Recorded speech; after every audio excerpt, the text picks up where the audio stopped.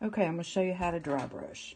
So this is already dried. It's got a coat of gesso and then a coat of this chalky finish yellow.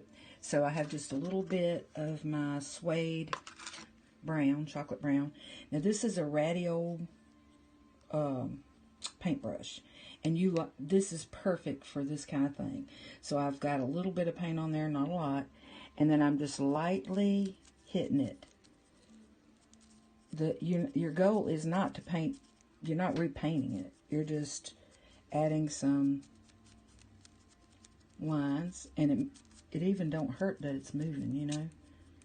And I'm just barely touching it. I'm gonna reload. I'm gonna show you how I reload.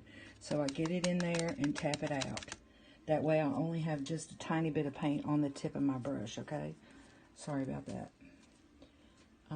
Let's get the end here.